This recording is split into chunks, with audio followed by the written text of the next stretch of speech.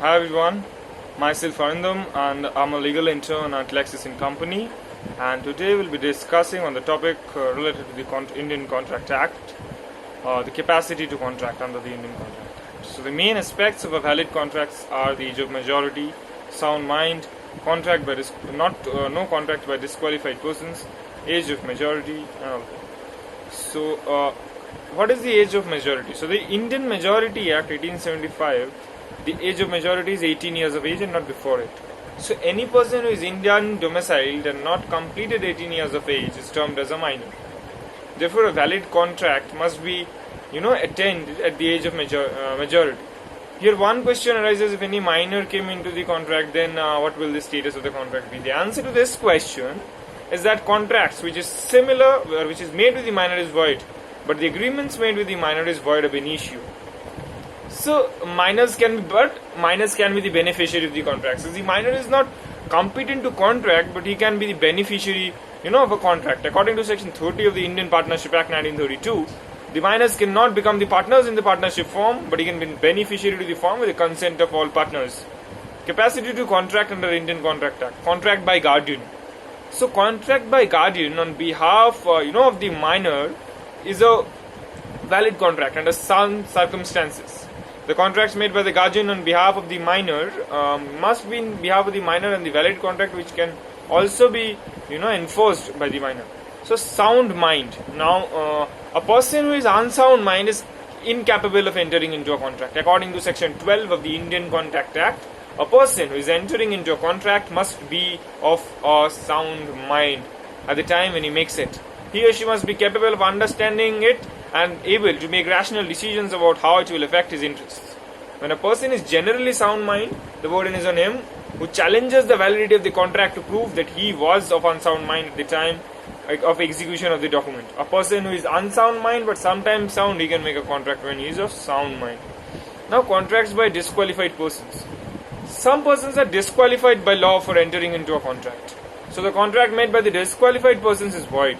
The purpose of this disqualification is to, seek or is the interest of the nations and the general public at large. Example: alien enemy, convicts, insolvents, etc. Some examples of disqualified persons. Now we'll go with the limitations for adults. So legally speaking, every person who has reached the age of 18 with only some things such as drinking alcohol being restricted. However, a person's legal capacity may be wholly or partially withdrawn due to serious mental illness, depending on the type of severity of the illness. A person who is not a minor but perhaps unable to make some decisions which will still be able to, contract in other cases. For example, if an adult incapable of a legal, capacity, buys a few sweets at a company, that this is legitimate, as it is a matter of usual minor cash transactions. Whether the cash transactions can be judged as minor or customary depends on the situation.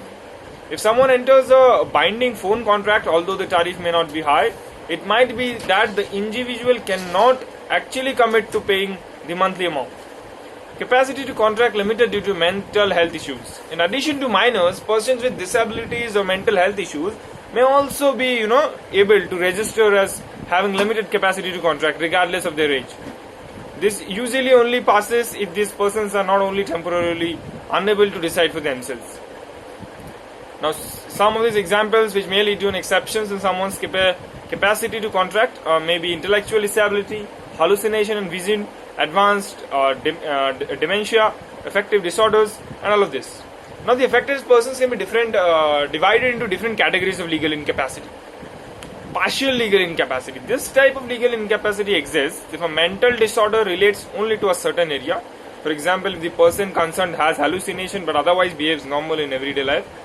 Relative legal incapacity. The relative legal incapacity is the opposite of partial incapacity and refers to the facts that activities of a different difficulty, those affected can however do everyday business such as buying groceries or cinema tickets.